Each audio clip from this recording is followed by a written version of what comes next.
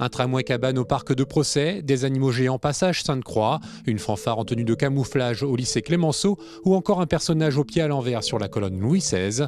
La saison d'été 2025 du voyage à Nantes se place sous le signe de l'étrange. Le thème de l'étrangeté est en effet un thème assez beau qui symbolise bien la ville de Nantes. Il faut savoir que Nantes a une histoire avec le surréalisme, donc déjà avec l'étrangeté, et ça symbolise la rencontre un peu poétique entre des œuvres d'art d'aujourd'hui et la ville. Voilà, on pourrait résumer ça comme ça. Et comme chaque été, l'une des œuvres les plus attendues est celle de la Place Royale. Après l'Enfant Hybridus l'année dernière, l'édition 2025 verra la fontaine se transformer. Les statues existantes seront retirées et remplacées par de nouvelles créations.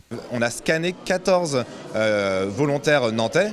En fait, ils ont pris la pose des mêmes statues et donc ils vont être répliqués et les statues seront réinstallées, donc leurs statues à eux seront installées sur la fontaine. Après avoir été à la tête du musée d'art de Nantes, Sophie Lévy a repris les rênes du voyage à Nantes en janvier dernier.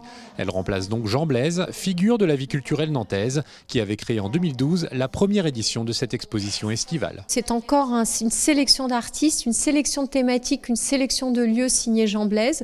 Et j'en suis assez fière d'une certaine manière de me placer de placer des pieds dans les grandes chaussures de Jean Blaise et d'essayer de marcher avec. Mais pour l'instant, je me sens plutôt comme sa messagère. C'est l'année prochaine que les choses sérieuses commencent. Lancement officiel de cet étrange été du voyage à Nantes le 28 juin.